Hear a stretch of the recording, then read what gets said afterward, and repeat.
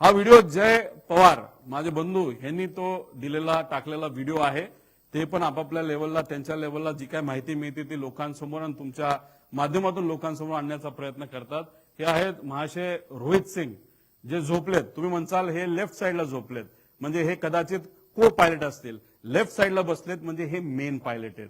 आणि आमचा अंदाज आहे, म्हणजे अंदाज आहे, हे खरं खोटं माहित नाही, ही जी मुलगी आहे ती दादांच्या विमानामध्ये पाठक ज्या होत्या ती कदाचित ती मुलगी ती असू शकते असं आमचं मत आहे। ती मुलीने काय केलं, ती को पायलट आहे कारण का ती राईट साइडला बसली आहे।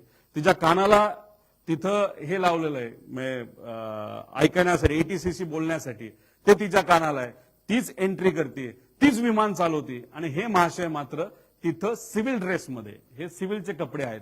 आता सिव्हिल ड्रेसमध्ये बसले, काही लोक म्हणतील 15 मिनिटं झोपला असेल, बॅग घेऊन बसलेले आहेत।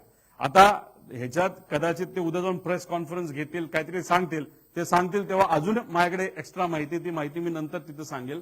ही वृत्ती प्रवृत्ती त्यांची होती। आणि ह्याच्यात अजून एक गोष्ट घडलेली आहे की रोहित सिंग आणि ह्या सगळ्या मालकांना अशी सवय असायची की तिथं एका पत्रकारांनी हा रिपोर्ट तिथं टाकला होता, नंतर बरंच मोठं काय झाला त्याच्यामध्ये विषय आणि तो दाबला गेला। त्याच्यामध्ये एका पॅसेंजरलाच को पायलट म्हणून दाखवलं, कपडे घालून बसवले आणि मग ते एक फार मोठी केस झाली होती। तो वेगळा विषय। म्हणजे मला काय सांगायचंय, व्हीएसआर आणि तुमचं डीजीसी हे मिलीभगत असल्यामुळे आमची भीती अशी आहे, हे दोघं एकत्र मित्र असल्यामुळे, खासम खास हे सगळे एकत्रित असल्यामुळे कागदपत्र हे मॅन्युप्युलेट करू शकतील असं आमचं मत आहे। पुढे आता हा विषय तुम्ही समजून घ्या। हे विमान आहे ज्याला एकनाथ शिंदे साहेब स्वतः डावोसला गेले होते। हे विमान म्हणजे 16 ते 20 जानेवारी दरम्यान 23ला हे दावोसला विमान गेलं होतं।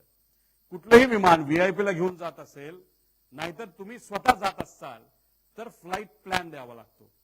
फ्लाईट प्लॅन जात असेल, समजा आपण पुण्यावरनं समजा दिल्लीला चाललोय, राजस्थानच्या एअरपोर्टला सांगावं लागतं, एटीसीला सगळ्याला सांगत क्लिअरन्स घेत पुढे जावं लागतं की दुसरं विमान आहे का। आणि जर इंटरनॅशनल प्रवास असेल तर मग तिथे आपल्याला बघावं लागतं की दुसऱ्या देशांची परवानगी आहे का। आणि बिना परवानगी जर विमान त्या देशामध्ये गेलं तर ते विमान पाडलंही जाऊ शकतं। आणि तसंच काहीतरी हे एकनाथ शिंदे साहेबांच्या बाबतीत घडलं अशी माहिती आमची आहे। एकनाथ शिंदे साहेब स्वतः होते आणि त्याच्यामध्ये काही इतर अधिकारी होते। याच्यामध्ये झालं असं, बहारेनला हे विमान खरं 8 तासाचा प्रवास आहे, लेहजेट सहसा 4 तासच्या आसपास जाऊ शकतं। बहारेनला हे विमान उतरलं, त्याच्यात रिफ्युलिंग झालं। रिफ्युलिंग झाल्यानंतर ते झुरिकला जात असताना इराण, कारण उडल्यानंतर इराणचा समुद्र आणि तो भाग येतो, इराणमध्ये त्याला तिथून जावं लागतं। इराणच्या देशाने, म्हणजे आता इराण आता वॉरमध्ये तुम्हाला माहितीये की त्या विमानाला जवळ जाऊन आम्हाला जे कळालेलं आहे, कदाचित दुसरे फायटर जेट सुद्धा तिथं आले होते आणि त्यांनी सांगितलं होतं तुम्ही जर आत्ताच्या आत्ता नाही वळला तर तुमचं विमान आम्ही पाडू। हे इराणच्या एअर डिफेन्सली त्या ठिकाणी सांगितलं होतं। त्याच्यात कोण बसलं होतं, एकनाथ शिंदे साहेब बसले होते। मग इराणवरनं ते इराकच्या साईडला गेलं, इराकली सुद्धा हेच केलं।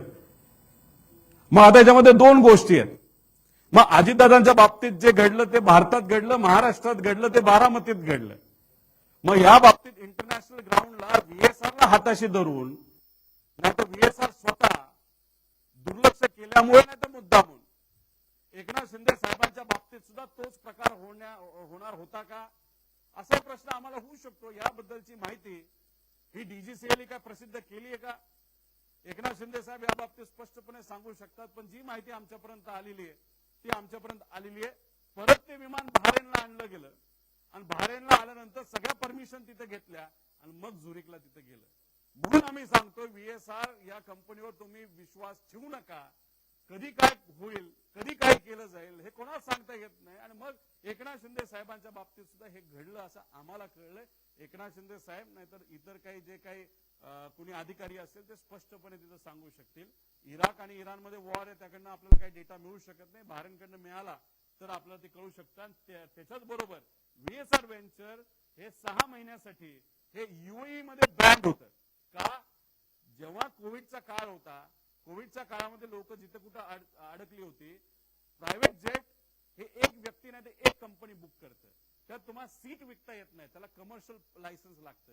पण व्हीएसआर हे पैसे कमवच्या नादामध्ये पेशंट कडनं सुद्धा भरमसाठ पैसा घेत होतं आणि त्यासाठी UAE मध्ये त्यांना 6 महिन्यासाठी बॅन केलं होतं. हा एक फार मोठा विषय आहे. VIP ते सुद्धा महाराष्ट्राचे VIP मुख्यमंत्री होते एकनाथ शिंदे साहेब, त्यांच्या बाबतीत सुद्धा VSRली असंच हलगर्जीपणा, नाहीतर मुद्दामून काय अशा गोष्टी केल्या असं आमचं सगळ्यांचं त्या ठिकाणी मत आहे. पुढे